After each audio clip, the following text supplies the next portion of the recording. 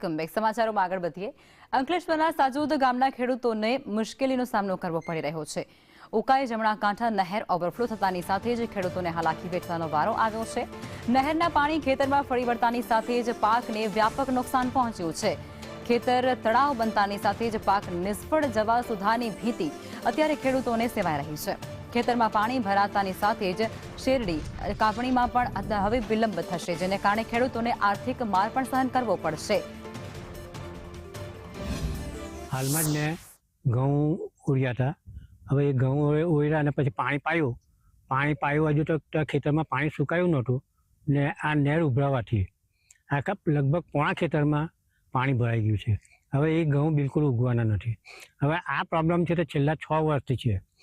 આગળ 2 વર્ષ પર મારે એવું થયું, 2 વખત જ્યારે શેરડી મેં વાવી ત્યારે શેરડી વાવવાના ટાઈમે જ એક ખેતરમાં પાણી ભરાઈ જતું હતું, એટલે મારે શેરડી વાવવાનું લંબાયા કરતું હતું। ચાલુ સાલે હું એમાં એક ખેતરમાં શેરડી વાવવાનો હતો તો એક વખતનું પાણી આવ્યું। મોટી નહેરની બાજુમાં મારું ખેતર આવેલું છે અને નહેર ઉભરાવાથી મારું ખેતર આખું રહી ગયું છે, કટિંગ પણ આવી ગયું છે અને રસ્તા પર બી પાણી છે, તો હવે શેરડી કાઢવાની બી મુશ્કેલ પડે, સુકાય ક્યારે અને અમે શેરડી કાઢીશું ક્યારે। અને જ્યારે પણ શેરડી રોપવાની થાય છે ત્યારે પણ દર વખતે નહેર ઉભરાઈને અમારા ખેતર રહી જાય છે। એના કારણે 1 મહિનો 1.5 મહિનો લેટ થાય છે અને અમે શેરડીનું બરાબર વાવેતર કરી બી નહીં શકતા। અને સિંચાઈ ખાતાને માલુમ થાય કે આવું 5-6 વર્ષથી થાય છે, તો અમને કંઈ વળતર કે કોઈ લાભ આપવા એવી વિનંતી છે।